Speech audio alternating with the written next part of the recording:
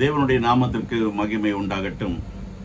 வானத்தையும் பூமியையும் அண்ட சராசரங்களையும் சிருஷ்டித்த சர்வ வல்லமை உள்ள தேவனுடைய நாமத்தினாலே மீண்டும் ஒரு விசை உங்கள் அனைவரையும் என்னுடைய யூடியூப் சேனல் மூலமாக சந்திப்பதில் கர்த்தருக்குள் மகிழ்ச்சி அடைகிறேன். அனைவருக்கும் வணக்கம். பிரியமானவர்களே, கடந்த சில வாரங்களாக 12 கோத்திரத்தாரின் சுபாவங்கள் என்ற ஒரு அருமையான தலைப்பின் கீழ் நாம் இதுவரைக்கும் 7 பாகங்கள் தியானித்து முடித்திருக்கிறோம். பிரியமானவர்களே, இன்று பாகம் 8 மேலும் ஒரு கோத்திர பிதா என்று அழைக்கப்படுகிற யாக்கோபு அவர்களுக்கு பிறந்த 12 மகன்களிலே இன்று நாம் தியானம் செய்ய போகிறோம். தான் என்கிற அந்த முற்பிதா. நான் ஏற்கனவே சொல்லியிருக்கிறேன், 5 விரல்களும் சம நிலையில் இருப்பதில்லை. ஆங்கிலத்தில் சொல்லுவார்கள் 5 fingers are not alike. ஒன்று உயரமாகவும், இன்னொன்று அதற்கு கீழாகவும், இன்னொன்று கட்டையாகவும், கட்டை விரல் என்றே சொல்லுகிறோம், இன்னொன்று நெட்டையாகவும், குட்டையாகவும், சுண்டு விரல் மிகவும் சிறிய அளவிலும், இப்படி 5 விரல்களும் சம நிலையில் இருப்பதில்லை, ஒரே பலத்தில் இருப்பதில்லை. ஆகவே இருந்தாலும் இதை கை என்று நாம் அழைக்கிறோம். இப்படிதான் நம்முடைய குடும்பம் அன்று முதல் இன்று வரைக்கும் இருந்து கொண்டிருக்கிறது. முதல் தம்பதிகளுக்கு பிறந்த 2 பிள்ளைகளும் வெவ்வேறு மனநிலையிலே வாழ்ந்தார்கள் என்று நம் அனைவருக்கும் தெரியும். இதன் அடிப்படையில் தான் இந்த 12 கோத்திரத்தாருடைய சுபாவங்களை குறித்து ஆராய வேண்டும், தியானம் செய்ய வேண்டும் என்று சொல்லி, அதாவது தமிழில் சொல்லுவார்கள் மரபணு, ஆங்கிலத்தில் சொல்லுவார்கள் DNA.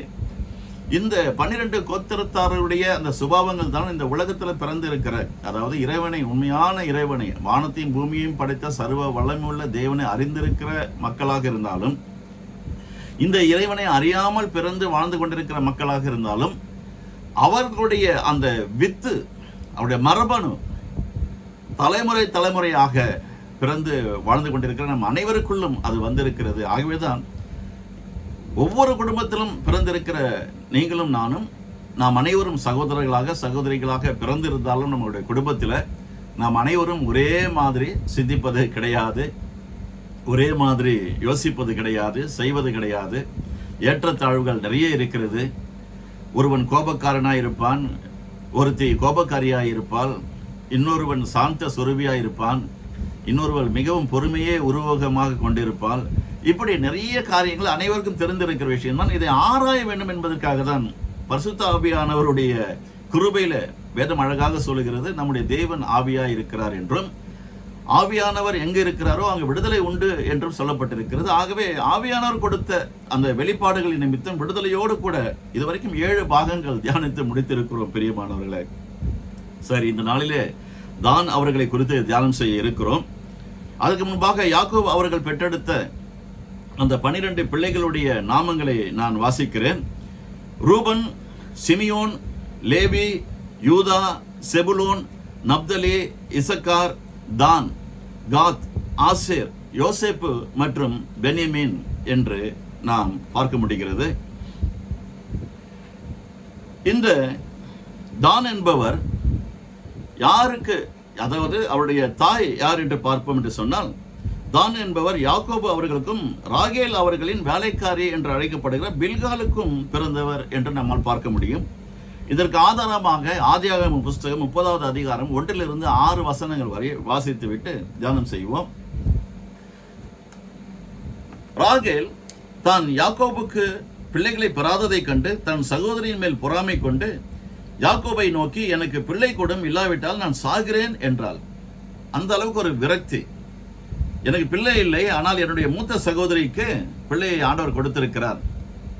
உண்மையான ஒரு கோபம், உண்மையான ஒரு எதிர்பார்ப்பு, உண்மையான ஒரு பேச்சாகவே நான் கருதுகிறேன். 2வது வசனம், அப்பொழுது யாக்கோபு ராகேலின் மேல் கோபம் கொண்டு, தேவனல்லவோ உன் கர்ப்பத்தை அடைத்திருக்கிறார், நான் தேவனா என்றான்.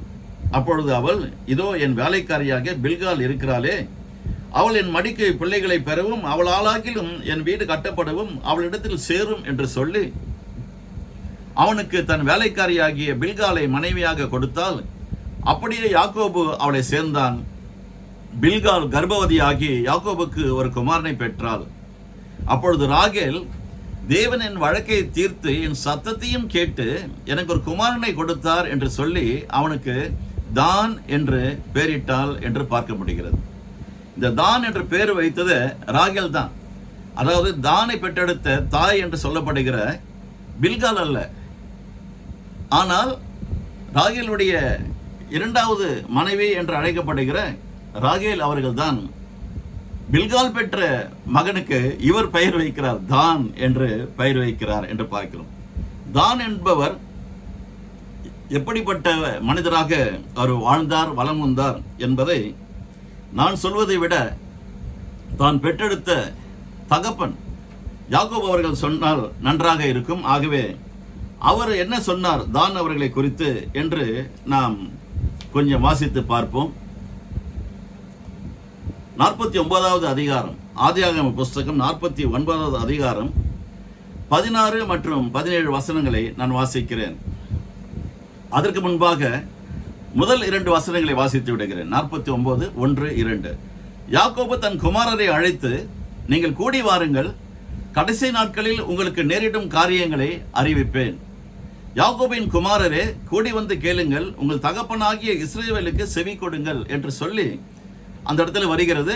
முதலாவது பிறந்த ரூபனை அழைத்து, இதெல்லாம் நாம் கடந்த 7 பாகங்களிலே நாம் தியானம் செய்து முடித்தோம். இன்று தான் அவர்களை குறித்து நாம் தியானம் செய்ய இருக்கிறபடினால நேரடியாக தான் குறித்து யாக்கோபு அவர்கள் என்ன சொன்னார் என்று வாசித்து காண்பிக்கிறேன். இதே அதிகாரத்தில் 49 ஆதியாகமம் 16 மற்றும் 17 வசனங்களை வாசிக்கிறேன். இஸ்ரவேல் கோத்திரங்களில் ஒரு கோத்திரமாகி தன் ஜனத்தை நியாயம் விசாரிப்பான். தான் குதிரையின் மேல் ஏறி இருக்கிறவன் மல்லாந்து விழும்படியாய் அதன் குதிகாலை கடிக்கிறதற்கு வழியில் கிடக்கிற சர்ப்பத்தை போலவும் பாதையில் இருக்கிற விரியன் பாம்பை போலவும் இருப்பான். அதாவது குதிகாலை கடிக்கிறதற்கு வழியில் கிடக்கிற சர்ப்பத்தை போலவும் பாதையில் இருக்கிற விரியனை போலவும் இருப்பான் என்று தன்னுடைய மகனுடைய குணாதிசயத்தை சர்ப்பத்திற்கும் விரியன் பாம்பிற்கும் ஒப்பிடுகிறார். கடந்த பாகத்தில் நாம் ஒரு அருமையான கோத்திரத்தை நாம் தியானம் செய்தோம். இசக்கார், அவர் ஒரு கழுதையை போல 2 பொதிகளின் நடுவிலே படுத்து இருக்கிற கழுதையை போல ஒரு பலத்த மனிதன் என்று அவரை ஆசீர்வதித்தார். பிள்ளைகளை பார்த்து கழுதை என்றும் அதே போல விரியன் என்றும் சர்ப்பத்தை போலும் என்றும் எல்லாம் இவர் அழகாக சொல்ல முடியும் என்று சொன்னால், அவருடைய குணாதிசயங்களை புரிந்து வைத்திருக்கிற தகப்பன் யாக்கோபு அழகாக அவர்களுடைய குணாதிசயங்களை சொல்லி பிறகு அவர்களை ஆசீர்வதித்தார் என்று நாம் பார்க்கிறோம். இதே போல் நாம் உபாகம புத்தகத்தில் 33வது அதிகாரத்தில் மோசே அவர்களும் தன்னுடைய பங்குக்கு யாக்கோபு அவர்கள் பெற்ற அந்த 12 பிள்ளைகளையும் அழைத்து அவர்களையும் யாக்கோபு ஆசீர்வதித்தது போலவே ஆசீர்வதித்தார் என்று நாம் பார்க்க முடியும். உபாகம புத்தகம் 33வது அதிகாரத்தில் 22வது வசனத்தில் அவர் இப்படியாக சொல்லுகிறார் தானை குறித்து தான் ஒரு பாலசிங்கம், அவன் பாசானில் இருந்து பாய்வான் என்றார். தகப்பனாகிய யாக்கோபு விரியனுக்கு சமமாய் ஒப்பிடுகிறார், அல்லது அந்த அந்த அந்த பாய்சன் கோபராவை போல் இருப்பான் என்பதை அவர் விளக்கி காண்பிக்கிறார். இவர் பாய்ந்து வருகிற ஒரு பாலசிங்கத்தை போல இருப்பான். பாலசிங்கம் என்று சொன்னால் உங்களுக்கு எல்லாருக்குமே தெரியும், காட்டுக்கு ராஜா என்று சொன்னாலுமே சிங்கம் தான் நம்ம அனைவருக்கும் ஞாபகம் வரும். அதனுடைய குணாதிசயம் என்னவென்று பார்த்தால், தான் நன்றாக இருக்க வேண்டும் என்பதற்காக ஒரு இன்னசென்டா இருக்கிற, உதாரணத்துக்கு மான், ஆடு, இப்படிப்பட்ட ஒரு ஒரு எதுவுமே ஒரு விவரமில்லாத ஜீவராசிகளை அடித்து வேட்டையாடும் அப்படிப்பட்ட குணாதிசயம் அவருக்கு இருந்ததாக தகப்பனாகிய யாக்கோபு கண்டுபிடித்து அவரை குறித்து சொல்லியிருக்கிறார் என்று நாம் பார்க்க முடிகிறது. பிரியமானவர்களே, ஒரு கட்டத்தில் இந்த தானுடைய கோத்திரத்தில் தான் சிம்சோன் அவர்களும் பிறந்ததாக வரலாறு நமக்கு போதிக்கிறது. சரி, இந்த இவருடைய குணாதிசயம் எப்படிப்பட்டது என்று தியானம் செய்வோம் அல்லது அவரை குறித்து அறிந்து கொள்வோம் என்று சொன்னால், அவருடைய மரபணு எப்படி இருந்ததாக நாம் பார்க்க முடியும் என்று சொன்னால், as a rude and stubborn nature man என்று ஆங்கிலத்தில் பார்க்க முடிகிறது. as a rude, ஒரு ரவுடியை போல, ஒரு பேட்டை ரவுடியை போல, ஒரு மூர்க்கனாய், ஒரு கோபக்காரனாய் 12 பிள்ளைகளும் 12 விதமாக குணாதிசயங்களை பெற்றிருந்தார்கள் என்று நாம் பார்க்கிறோம். கிட்டத்தட்ட ஒரு 50%, அதாவது அவுட் ஆஃப் 12 ஒரு 6 கோத்திரம் வந்துட்டு இப்படித்தான் அவர்கள் வந்துட்டு இறைவனுக்கு ஒரு பிரியமில்லாமலும் அல்லது பயப்படாமலும் நடுங்காமலும் வாழ்ந்து முடித்தார்கள் என்று பார்க்கிறோம். பலர், அதாவது மற்ற 6 சகோதரர்கள் நல்லபடியாக வாழ்ந்து இறைவனுடைய நாமத்தின் மகிமைக்காகவும் தன்னுடைய குடும்பத்தினுடைய நாமத்தின் மகிமைக்காகவும் வாழ்ந்தார்கள் என்றும் நம்மால் பார்க்க முடிகிறது. இந்த தான் as a rude and a stubborn nature உடையவராக வாழ்ந்தார் என்று பார்க்க முடிகிறது. முதலாவது அவர் குறித்து நாம் தெரிந்து கொள்ள வேண்டிய விஷயம், தன் மக்களுக்கு நியாயம் வழங்குவதிலும் எதிரிகளை தந்திரமாக எதிர்கொள்வதிலும் இவர்கள் புத்திசாலிகளாகவும் சாமர்த்தியமானவர்களாகவும் விளங்கினர் என்று வரலாறு கூறுகிறது. தன்னுடைய மக்கள் இஸ்ரவேல் ஜனங்கள் நன்றாக இருக்க வேண்டும் என்று சொன்னால் அதற்குண்டான பிரயாசங்கள் படுவதை விட்டுவிட்டு நாம் நன்றாக இருக்க, போன கோத்திரத்தில் பார்த்தோம், எதிரியே வந்து என்னை ஒரு அசிங்கப்படுத்தினாலும் அவமானப்படுத்தினாலும் அடிமையாகவே ட்ரீட் பண்ணினாலும், இசக்கார் கோத்திரம் அப்படிப்பட்ட கோத்திரம், நான் கோபப்பட போவதில்லை, சாந்த சொரூபியாக இருப்பேன், கர்த்தர் என்னோடு கூட இருக்கிறார், அவர் எனக்கு காரியங்களை வாய்க்க பண்ணுவார், யுத்தம் எனக்கு தேவையில்லை, நான் அமெரிக்கையோடு கூட ஜீவனம் பண்ண வேண்டும் நானும் என் குடும்பம் என்ற அப்படிப்பட்ட கோத்திரத்தை நாம் தியானம் செய்து முடித்தோம். இவர் அப்படியே குவைட் ஆப்போசிட்டா இருக்கிறாரு. நான் நல்லா இருக்கணும், என் குடும்பம் நல்லா இருக்கணும்னா எதிராளி எப்படி போனாலும் பரவாயில்ல. அப்படி இன்னைக்கும் இருக்கிறாங்களா இல்லையா? உங்களுக்கும் தெரியும், எனக்கும் நிறையவே தெரியும், நிறைய அனுபவங்கள் நமக்கு உண்டு. இதற்காக தான் நான் இந்த டிஎன்ஏ, இந்த மரபணுவை குறித்து ஆராய வேண்டும் என்று நான் இறைவனிடத்தில் கேட்டேன். அழகாக ஒவ்வொரு கோத்திரத்தையும் அவருடைய குணாதிசயங்களையும் யாக்கோபு அவர்கள் எப்படி வடிவமைத்தாரோ அதே போல் இன்று ஆவியானவர் நமக்கு அக்குவேராக ஆணிவேராக படம் பிடித்து காண்பிக்கிறார் என்று புரிந்து கொள்ள முடியும். இதையெல்லாம் புரிந்து கொள்வோம் என்று சொன்னால், வேதம் சொல்லுகிறபடி ஒருவன் கிறிஸ்துவுக்குள் இருந்தால் புது சிருஷ்டியாயிருக்கிறான், பழையவைகள் ஒழிந்து போயின, அனைத்தும் புதிதாயின என்ற மாற்று சிந்தனையை பெற்றவர்களாக இந்த பூமியில நாம் வலம் வர முடியும், வாழ முடியும் பிரியமானவர்களே. ஆகவேதான் மறுபடியும் பிறந்த அனுபவம் கர்த்தர் இயேசுவின் மூலமாக உங்களுக்கும் எனக்கும் வந்திருக்கிறது. அது வரவில்லை என்று சொன்னால், அப்படிப்பட்ட அனுபவம் உங்களுக்கு இல்லை என்று சொன்னால், நிச்சயமாக இந்த வேத வசனத்தை புரிந்து கொண்டு, நான் இந்த டிஎன்ஏவுடைய இன்ஃப்ளூயன்ஸ்ல நான் பிறந்திருந்தாலும் வளர்ந்திருந்தாலும், கர்த்தர் என்னை தொட்டதினாலே, அவருடைய வார்த்தையை கொண்டு எனக்கு உபதேசம் பண்ணியிருக்கிறதுனாலே நான் இனி இப்படி இருக்க போவதில்லை. ஆண்டவராகிய இயேசு கிறிஸ்து விரும்புகிறது போல அந்த 9 கனிகளையும் பெற்றவனாக, உள்ள அடக்கியவளாக நான் வாழ வேண்டும் என்று நீங்கள் தீர்மானிக்கும் பொழுது, நான் தீர்மானிக்கும் பொழுது நிச்சயமாக கர்த்தர் நமக்கு உதவி செய்வார். பரிசுத்த ஆவியானவர் நமக்கு விடுதலையோடு கூட ஊழியம் செய்து நமக்கு ஆசீர்வாதங்களை கட்டளையிடுவார் என்பதில் சந்தேகம் இல்லை. அவர் அப்படி வாழ்ந்தார் என்பதனால நம்ம அப்படி சாமர்த்தியம், எதுல நல்லதுல சாமர்த்தியமா இருக்கணும், சமத்து கண்ணா என்று சொல்லுவார்கள். இவர் எப்படின்னா, நான் நல்லா இருக்கணும் என்பதற்காக எதிரில் இருக்கிறவர்களை வேட்டையாடுவது, ஒரு சிங்கத்தை போல, பாலசிங்கத்தை போல, விரியன் பாம்பை போல கொத்துவது, நசுக்குவது, சாகடிப்பது. அவர் என்ன சொல்லுகிறார்?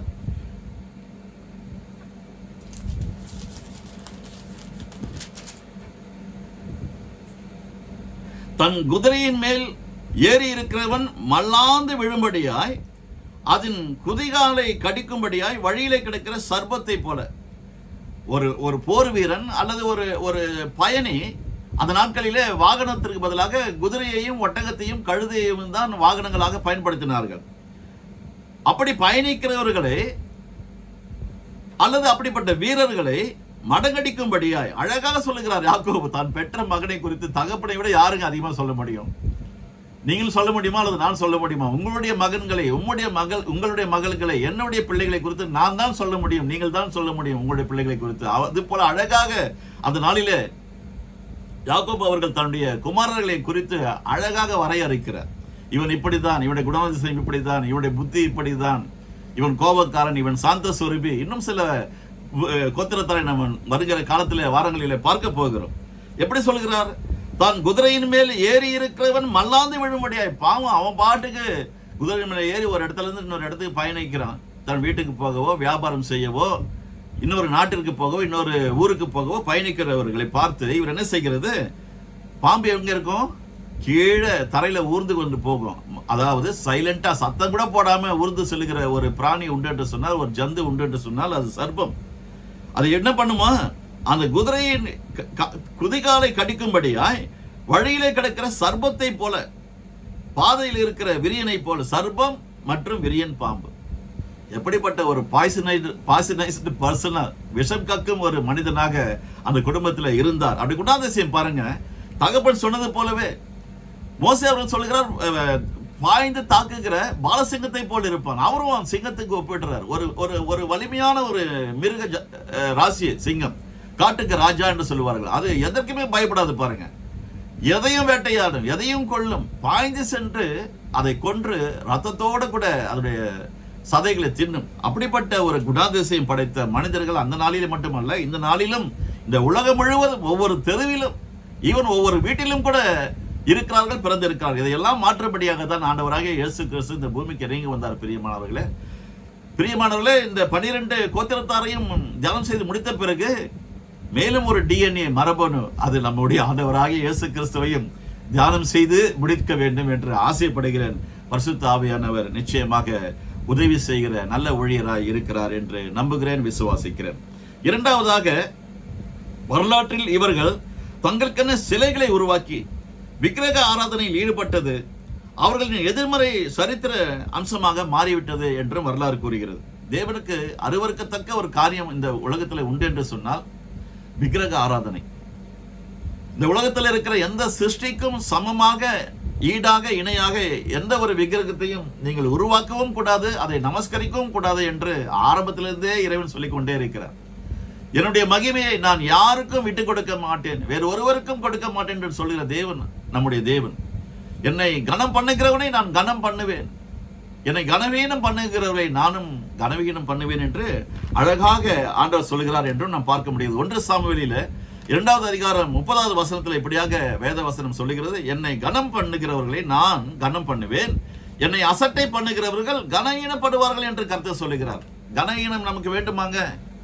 கனஹீனம் நமக்கு வேணும், பலகீனம் நமக்கு வேணும், நோய் வேணும், தரித்திரம் வேணும், கடன்ல தான் வாழணும், இப்படிதான் நான் கஷ்டப்பட்டுட்டே சாவேன் அப்படின்னு நினைச்சா ஆண்டவரை கனம் பண்ணாமல் என்ன பண்ணலாம்? கனஹீனம் பண்ணலாங்க. அவரை கனம் பண்றோம் சொன்னா அவரை நம்ம துதிக்கணும், அவரை ஸ்தோத்தரிக்கணும், அவரை நமஸ்கரிக்கணும், அவருக்கு வணக்கம் சொல்லணும், அவரை அரவணைக்கணும், அவருக்கு முத்தம் செய்யணும், கோடி நன்றி பலியை செலுத்தணும். அப்படி செய்யும் பொழுது அவரை நாம் கனம் பண்ணுகிறோம் என்ற அர்த்தம். அவரை தொழுது கொள்வதற்கு பதிலாக இந்த உலகத்தில் இருக்கிற சிருஷ்டிகளை உருவகப்படுத்தி அவைகளை உருவகம் கொடுத்து அவைகளை நமஸ்கரிப்போம் என்று சொன்னால், சிருஷ்டிகரை விட்டு சிருஷ்டியை நமஸ்கரிக்கும் பொழுது இதையெல்லாம் வரும் என்று நாம் வேதத்தில் பார்க்கிறோம். அதுக்கு ஒரு முன் உதாரணமாக தான் இந்த தான் இருந்தார். ஆங்கிலத்தில் டான் என்று சொல்லுவார்கள். தான் என்றாலே ரவுடி, பேட்டை ரவுடி. அப்படிப்பட்ட மக்களோடு கூட பழகுவது நல்லதே கிடையாது. எந்த நேரத்திலும் நீங்க நல்ல சாந்த சொருபியா அவங்களோட கூட நட்பு வச்சா கூட ஒரு நாள் என்ன பண்ணுவாங்க கேட்டீங்கன்னா, உங்க பிளேட்லயே சாப்பிட்டுட்டு நீங்க வாங்கி கொடுக்குற டீ காப்பியே குடிச்சிட்டு உங்களோடவே பயணம் செஞ்சுட்டு சர்பத்தை போல என்ன பண்ணுவாங்க, குதிகாலை நசுக்குவாங்க. அதுதான் இந்த தானுடைய கோத்திரம். அப்படிப்பட்ட மக்கள் நான் சின்ன வயசுல படிக்கிற காலத்துல இருந்தே பார்த்திருக்கிறேன். அநேக நண்பர்கள், ஒரு சில நண்பர்கள் இப்படி இருந்திருக்கிறார்கள். அதை என்னால் மறக்கவே முடியாது இன்று வரைக்கும். சின்ன வயசுல மட்டுமல்ல, இப்பொழுது கூட அப்படிப்பட்ட அனுபவத்தை நான் பார்த்து கொண்டு தான் இருக்கிறேன். இதற்காக தான் இந்த வேத வசனம் நமக்கு தேவை. ஆண்டவர் எதற்காக வெளிச்சம் போட்டு நமக்கு காண்பிக்கிறார்? பிரியமானவர்களே, நாம் இப்படிப்பட்ட மனிதர்களை ஐடென்டிஃபை பண்ணி நாம் தூரமாக இருக்கும் பொழுது நிச்சயமாக நாம் தப்புவிக்கப்படுவோம். இதன் நிமித்தம் அவர்கள் விக்கிரக ஆராதனை செய்த நிமித்தம் இறைவன் என்ன பண்ணிட்டார்? அவங்கள நிராகரித்தார் என்று பார்க்கிறோம். ஆன்மீக ரீதியில் கடுமையான சோதனைகளையும் இறைவனின் நிராகரிப்பும் அவர்களுக்கு ஏற்பட்டது என்று வரலாறு கூறுகிறது. பிரியமானவர்களே, மூன்றாவதாக, இவர்கள் விக்கிரக ஆராதனையில் ஈடுபட்டு வந்ததால், தங்களுக்கு என்ன சொந்தமாக நிலம் இல்லாததால், ஏன்னா ஆண்டவருடைய ரிஜெக்ஷன் இவங்களுக்கு வந்துருச்சு. கர்த்தர் வர வர வர விருத்தி அடைய செய்வார் என்று வேதத்தில் வாசிக்கிறோம். யோசேப்பு அப்படித்தான் விருத்தி அடைந்தார், தாவீது அப்படித்தான் விருத்தி அடைந்தார், இன்னும் நிறைய பேர், நீங்களும் நானும் அப்படித்தான் விருத்தி அடைந்திருக்கிறோம். வர வர வர விருத்தி அடைந்திருக்கிறோம். யாபேஸ் தன்னுடைய எல்லையை விரிவாக்கும் என்று கேட்ட மாத்திரத்தில் அடுத்த வசனத்தில் வருகிறது, அவன் கேட்டுக்கொண்டபடியே இறைவன் அவனுடைய ஸ்தலத்தை விஸ்தாரப்படுத்தினார் என்று பார்க்கிறோம். இப்படிப்பட்ட ஒரு அருமையான தேவனை இந்த உலகத்தில் நம்மால் காண முடியுமா? நமக்காக இந்த பூமிக்கு இறங்கி வந்த தேவன் சொல்லுகிற அந்த வார்த்தைகளை நாம் கேட்டு நாம் வாழும் பொழுது நிச்சயமாக கர்த்தர் நம்மை தலையாக வைப்பார், வாளாக அல்ல, தலையாக வைப்பார், கீழாக அல்ல, மேலாக கொண்டு வந்து நிறுத்துவார். அது அவருடைய குணாதிசயம், அது அவருடைய விருப்பமாகவும் இருக்கிறது. பிரியமானவர்களே, இவர் என்ன பண்ணினாங்க? இவர்களுக்கு ஆண்டவர் ரிஜெக்ட் பண்ணதுனால இருக்க இடம் இல்லாம ஒரு நாடோடியை போல சுற்றி திரிகிறாங்க. கூடாரம் அமைக்க முடியல. ஆனால் கூடாரம் அமைத்து வாழ்ந்து கொண்டிருக்கிற மக்களை பார்த்த உடனே இவங்களுக்கு ஒரு பொறாமை வருது. ஏன்னா டான் இல்லையா, சிங்கம் போல பாய்கிற, பாலசிங்கத்தை போல பாய்கிற, விரியனை போல கடிக்கிற, கொத்துகிற சுபாவத்தை உடைய டிஎன்ஏ தான் இந்த டிஎன்ஏ. இப்படிப்பட்ட டிஎன்ஏ யாருக்காகிலும் உங்களுடைய குடும்பத்தில் இருக்கும் என்று சொன்னால், அல்லது இந்த செய்தியை கேட்டுக்கொண்டிருக்கிற நீங்கள் தயவு செய்து மனம் திரும்புங்கள். மனம் திரும்புகிற ஒரு மனுஷன் நிமித்தம் பரலோகமே மிகுந்த சந்தோஷத்தை கொண்டாடும் என்று நாம் வேதத்தில் வாசிக்கிறோம். பெரியமானவர்களே, நான்காவதாக வன்முறை மற்றும் விக்கிரக ஆராதனை இவற்றில் இந்த கோத்திரம் ஈடுபட்டு லாயிஷ் என்ற அந்த நகருக்கு சென்று அங்க எவ்வித பாதுகாப்பும் இல்லாமல் அமைதியாக வாழ்ந்த அப்பாவி மக்களை சண்டை போடலைங்க, வாளால் வெட்டி கொன்று அந்த நகரத்தை எரித்து அழித்தனர் என்று பார்க்கிறோம். லாயிஷ், LAISH, தமிழ்ல லாயிஷ் என்று வருகிறது, ஆங்கிலத்தில் ஸ்பெல்லிங் சொல்கிறேன், LAISH. இந்த நகர்ல வந்துட்டு ஜனங்க மதில்களை கட்டல. அவங்க என்ன அமைதியோடு ஜீவனம் பண்ணணும் அப்படின்னு நினைச்சிட்டு இருக்காங்க. இறைவனுடைய அந்த ஆசீர்வாதங்கள் எங்களுக்கு நிறையவே இருக்கிறது, நாங்கள் பாதுகாப்பு எல்லாம் எங்களுக்கு இறைவன் தான், அவர் எங்களை பாதுகாத்துக் கொள்ளட்டும் என்று சொல்லி அமைதியாய் அவர்கள் ஜீவனம் பண்ணி கொண்டிருக்கிற அந்த லாயிஷ் பட்டணத்தாருக்கு இவர் என்ன கேடு செய்தார்கள் என்று பார்த்தால், அவர்கள் அனைவரையும் அடித்து கொன்று வாளால் வெட்டி அந்த நகரத்தை என்ன பண்ணாங்களா, எரித்து அழித்தனர். அவங்களை டெஸ்ட்ராய் பண்ணிட்டு, அவங்களை அப்புறப்படுத்திட்டு அந்த நகரத்தை இவங்க, இது வந்து இறைவனுடைய அனுமதி கிடையாது, இறைவனுடைய சித்தம் கிடையாது. கத்தி எடுக்கிறவன் கத்தியிலேயே சாவான் என்று வேதம் அழகாக சொல்லுகிறது. இவர்கள் கத்தியை தூக்கினார்கள். காரணம், பாலசிங்கத்தை போல பாய்கிற குணாதிசயம். தான் உழைக்கணும், தான் கர்த்தரை நம்பணும், அது நிமித்தம் எனக்கு ஆசீர்வாதம் கிடைக்கணும், அதிலே நான் சந்தோஷமாய் சமாதானமாய் வாழணும் என்கிற எண்ணம் இவர்களுக்கு கொஞ்சம் கூட இல்லாமல் இந்த கோத்திரம் இருந்தது. அந்த கோத்திரத்தார் இன்றும் இந்த உலகத்தில் பல இடங்களில் பிறந்து ஒவ்வொரு தெருவிலும், ஒவ்வொரு வீட்டிலும், ஒவ்வொரு பேட்டையிலும், ஒவ்வொரு நகரத்திலும், ஒவ்வொரு நாட்டிலும் இருந்து கொண்டுதான் இருக்கிறார்கள். அவர்கள் நிமித்தம் இந்த தேசத்திற்கு அழிவு வந்து கொண்டே இருக்கிறது.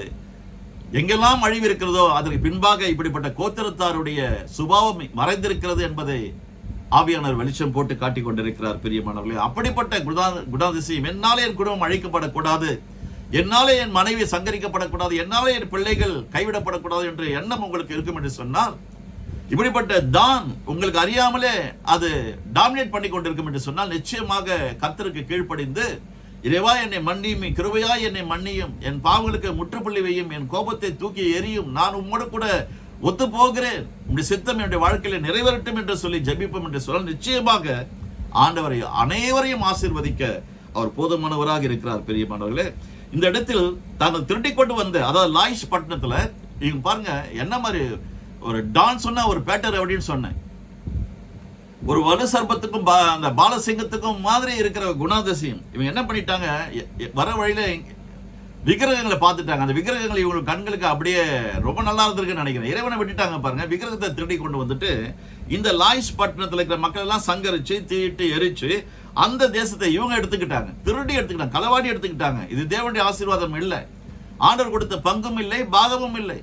ஆண்டவர் சொன்னார், பாலும் தேனும் ஓடுகிற தேசத்தை உங்களுக்கு கொடுப்பேன் என்று சொல்லி. ஆனால் இவர்களுடைய எண்ணம் எல்லாம் ஆண்டவருடைய சத்தத்திற்கு, ஆண்டவருடைய சித்தத்திற்கு செவி கொடுக்காமல் இவர்களுடைய சித்தத்தின்படியே வாழ்ந்த ஒரு கோத்திரம் உண்டு அந்த நாளிலே என்று சொன்னால், அந்த கோத்திர வழியிலே வருகிற அநேகர் இன்றும் பிறந்து வாழ்ந்து கொண்டிருக்கிறார்கள் என்பதற்கு இந்த அருமையான தான் என்கிற இந்த கோத்திரத்தாரை நாம் தியானம் செய்து கொண்டிருப்பது சால சிறந்தது என்று நினைக்கிறேன். பிரியமானவர்களே, இந்த இடத்தில் தாங்கள் திருடி கொண்டு வந்த விக்கிரகங்களை நிலைநிறுத்தி அவற்றை வழிபட்டனர் என்றும் பார்க்க முடிகிறது.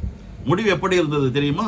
கடவுளின் உண்மையான வழியை விட்டு விலகி பல நூற்றாண்டுகளாக தொடர்ந்து விக்கிரக ஆராதனையில நிலைச்சு நிற்கிறாங்க. இந்த கோத்திரத்தார் தொடர்ந்து விக்கிரக ஆராதனை செய்து வந்தனர். இதன் நிமித்தம் இறைவனின் பாதுகாப்பை இழந்து பிற்காலத்தில் ஆன்மீக ரீதியில் கடுமையான சோதனைகளையும் பாதுகாப்பையும் இழந்துட்டாங்க. இறைவனுடைய பாதுகாப்பு இன்னைக்கு இல்லையா?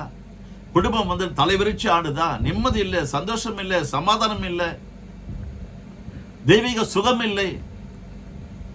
ஒவ்வொரு வீட்டிலும் ஒவ்வொருத்தரும் ஒரு டைரக்ஷன்ல போயிட்டு இருக்கிறாங்க. ஒரு ஒருமனப்பாட்டின் ஆவி இல்லை. இதற்கெல்லாம் காரணம் என்ன தெரியுங்கன்னா, ஆண்டவர் இல்லைங்க, நம்முடைய டிஎன்ஏ உடைய டாமினேஷன். நீங்களும் நானும் ஒத்துக்கொண்டுதான் ஆகணும். நாம் மனம் திரும்பும் பொழுது, கீழ்ப்படியும் பொழுது நிச்சயமாக இந்த குணாதிசயங்களில் இருந்து கர்த்தர் என்ன செய்வார்? நம்மளை வெளியே கொண்டு வருவார். பிரியமானவர்களே, தேவனுடைய நிராகரிப்பையும் சந்திக்கும் நிலைக்கு இவர்கள் ஆளாகினார்கள் என்று நம்மால் பார்க்க முடிகிறது. இப்படிப்பட்ட குணாதிசயங்கள் ஆண்களில் மட்டும் அல்ல, பெண்களிலும் பார்க்க முடியும். உதாரணம் ஜெசபேல் என்று சொல்லுவார்கள். ஆண்கள் மட்டும் டான் இல்லைங்க, பெண்கள் லேடிஸ் டான்ஸ் நிறைய இருக்கிறாங்க. Don with dance. தலைகால் புரியாது, நிறை குடம் தழும்பாது, அரை குடம் என்ன பண்ணும்? தழும்பும். அப்படிப்பட்ட ஆவி, அப்படிப்பட்ட ஒரு மரபணு, அப்படிப்பட்ட ஒரு டிஎன்ஏ குணாதிசயம் தானுக்கு இருந்தது போல, அந்த ஆண் வாரிசுக்கு இருந்தது போல பெண்களும் இன்று அநேகர் இருக்கிறார்கள். எத்தனை பேர் உங்களுக்கும் தெரியும், எனக்கும் தெரியும். மார்க்கெட்ல போய் பார்த்தா தெரியும், ரோட்ல போய் பார்த்தா தெரியும். ரோட்ல இருக்கிற அந்த பொது குழாய் என்று சொல்லுகிறோம், அங்க போய் பார்த்தா தெரியும். ஒவ்வொரு இடத்திலும் நம்மால் பார்க்க முடியும். வாயை திறந்தா அந்த அவனுடைய வார்த்தையெல்லாம் கேட்க கூட முடியாது. நம்மால கூச்சும், காது கூசும், அந்த இடத்த விட்டு நகரணும். அப்படிப்பட்ட ஒரு புத்தி அவர்களுக்கு, சின்ன புத்தி. அது ஒரு நல்ல, அவன் நினைக்கிறாங்க, நான் இப்படிதான் விக்ரஸா நான் பேசுவேன்னா நான் பெரிய டான் ஆயிடுவேன், எல்லாரும் என்னை வந்துட்டு பார்த்து பயப்படுவாங்க, சல்யூட் அடிப்பாங்க, அப்படிலாம் நினைச்சுக்கிட்டு அவங்க அப்படி அவங்கள தாங்களே ஒரு ரவுடியை போல காண்பிக்கிறாங்க. கடைசியில் என்ன நீடித்து வாழ்வதற்கு பதிலாக சடுதியான திகில் வந்து, சடுதியான ஒரு இன்சிடென்ட் ஏற்பட்டு அவங்க என்ன பண்றாங்க? அற்ப ஆயுசுல சாகுறாங்க. பிரியமானவர்களை, இந்த ஜெசபெல் என்னும் அந்த டான், அந்த பெண் டான், எங்களுடைய வானவில் தேவாலயத்தின் பிரதான போதகர் என்று அழைக்கப்படுகிற டாக்டர் ஜஷன் பிரபாகரன் அவர்கள் அழகாக பேசினார். தீய மனிதர்களை கண்டுபிடிப்பது எப்படி, தீய பெண்களை கண்டு கொள்வது எப்படி என்று அழகாக 2 தலைப்புகளில் பேசினார். இன்றும் எனக்கு 35 ஆண்டுகளுக்கு முன்பு நான் அந்த கேசட்டை வாங்கி கேட்ட அந்த ஞாபகம் இன்றும் எனக்குள் ரீங்காரம் விட்டுக் கொண்டிருக்கிறது. பிரியமானவர்களே, ஒரு காலத்தில் நான் கூட முரடனாக இருந்தேன். கடந்த பாகத்தில் சொல்லி இருந்தேன். கோபக்காரனாக இருந்த என்னை இன்று சாந்த சுரபியாய் இறைவன் மாற்றி வைத்திருக்கிறான் சொன்னால், அவருடைய மரபணு மறுபடியும் பிறந்த அனுபவத்தை பெற்ற எனக்குள்ளே வந்திருக்கிறதுனால 12 கோத்திரத்தாருடைய சுபாவங்கள் எனக்குள் ஒரு சுபாவம் வந்திருந்தாலும் அதை மேற்கொள்ளும்படியாக அதை அடக்கி ஆளுகை செய்யக்கூடிய ஒரு கிருபை ஆண்டவர் எனக்கும் கொடுத்திருக்கிறார் என்பதை நான் சொல்ல வேண்டும், ஒத்துக்கொள்ள வேண்டும். கர்த்தருடைய பிரசன்னத்தில் பிரியமானவர்களே, இந்த எசபேல் என்னும் அந்த பொல்லாத மனுஷன் நிமித்தம், அப்படிப்பட்ட மரபணுவிலே இருந்த அந்த கோபக்காரி எப்படிப்பட்ட காரியங்கள் எல்லாம் செய்தார்? இறைவனுடைய தீர்க்கதரிசிகளை எல்லாம் கொன்று போட்டார். ஆகவே எலியா தீர்க்கதரிசி பயந்து ஓடுகிறாள். என்னுடைய தலையும் சீவுவேன் என்று சொல்லுகிறாளே என்று சொல்லி இவர் கரத்தின் மூலமாக இறைவன் செய்த அற்புதங்கள் ஏராளம். சாவு கிடந்த ஒரு சிறிய வாலிப மகனை கூட உயிரோடு கூட, அந்த சாரிபாத் ஏழை விதவியின் மகனை உயிரோடு மீட்டுக் கொடுத்தவர், எழுப்பி கொடுத்தவர் இவர் தான். அப்படிப்பட்ட அற்புதங்களை எல்லாம் செய்த தேவனை குறித்து யோசிக்காமல் சடுதியாக இப்படிப்பட்ட ஒரு லேடி டான் எழும்பி என்னை தலையை எடுப்பேன் செய்வேன் என்று சொல்லுகிறாள் என்று சொல்லி பயந்து ஓடிப்போனார். அது ஒரு பெரிய வரலாறு. இறைவன் அவருக்கு தைரியத்தை கொடுத்து, ஆகாரத்தை கொடுத்து, தண்ணீரை கொடுத்து, திரும்பவும் எவள் உனக்கு விரோதமாக எழும்பி நிற்கிறாளோ அவளை உன் கையில ஒப்பு கொடுத்து, நீ போகும்பொழுது அவள் செத்து பிணமாக கிடக்கிறதையும் சுவற்றில் நீர்விடும் நாய் அவளுடைய ரத்தத்தை நக்குவதையும் உன்னுடைய கண்கள் காணும் என்று சொல்லி அனுப்பினார். அப்படி போய் பார்க்கும் பொழுது இயேசபேல், அவளுடைய கணவன் எல்லோரும் மடிந்து கிடக்கிறார்கள். சுவற்றில் நீர்விடும் நாய் என்ன பண்ணுதுங்க? நக்குதுங்க அந்த அவங்களுடைய ரத்தத்தை. இதுதான் நம்முடைய தேவன். எப்படிப்பட்ட குணாதிசயம் இருந்தாலும் சரி, இன்றைக்கு சிறைசாலையில் இருக்கிறவர்கள் கூட ரட்சிக்கப்படுகிறார்கள் என்று கேள்விப்படுகிறோம். இந்த வேத வசனம் ஆகவேதான் ஆண்டவராக இயேசு கிறிஸ்து அழகாக சொல்றார், மனுஷன் அப்பத்தினால மட்டுமல்ல தேவனுடைய வாயிலிருந்து புறப்பட்டு வருகிற ஒவ்வொரு வார்த்தையினாலும் பிழைப்பான் என்று சொன்னார். ஆகவே இன்று நாம் பிழைத்துக் கொண்டிருப்பது பணத்தினால் அல்ல, படிப்பினால் அல்ல, நம்முடைய சொந்த புத்தியினால் அல்ல, நம்முடைய பலத்தினால் அல்ல. இது எல்லாமே அற்பங்க. மாம்சத்தை தன் புயபலமாக்கி கொண்டு மனுஷன் மேல் நம்பிக்கை வைக்கிற மனுஷன் சபிக்கப்பட்டவன் என்று அழகாக வேதவசனம் சொல்லுகிறது. சிலர் ராஜாக்களை நம்புகிறார்கள், சிலர் குதிரைகளை நம்புகிறார்கள், சிலர் தங்கத்தை நம்புகிறார்கள், வெள்ளியை நம்புகிறார்கள், நிலத்தை நம்புகிறார்கள், தங்களுடைய பேங்க் அக்கவுண்ட் பேலன்ஸை நம்புறாங்க, தங்களுடைய பேக்ரவுண்டை நம்புறாங்க. ஆனால் நானோ வானத்தை பூமியை படைத்த சர்வ வல்லமுள்ள தேவனையே நம்புவேன் என்று சங்கீதக்காரன் சொல்லுகிறார். அநேக முற்பிதாக்களும் சொல்லியிருக்கிறார்கள். நீங்களும் அப்படி சொல்ல வேண்டும், நானும் அப்படி சொல்ல வேண்டும் என்று ஆண்டவர் எதிர்பார்க்கிறார் பிரியமானவர்களே. ஆகவே இத்தோடு கூட இந்த தான் அவர்களுடைய கோத்திரத்தை நான் முடித்துக் கொள்கிறேன். மீண்டும் அடுத்த ஞாயிற்றுக்கிழமை வேறு ஒரு கோத்திரத்தாரை குறித்து உங்களுக்கு சொல்ல வருவேன், பேச வருவேன். அது வரைக்கும் நீங்கள் எந்த இடத்துல இருந்தாலும் கர்த்தருடைய கிருபை உங்களோடு கூட இருக்கட்டும், எங்களோடு கூட இருக்கட்டும். மீண்டும் அடுத்த ஞாயிற்றுக்கிழமை சந்திப்போம். கர்த்தருடைய நாமத்திற்கு மட்டும் மகிமை உண்டாகட்டும். God bless you all. See you again. Bye bye. வணக்கம்.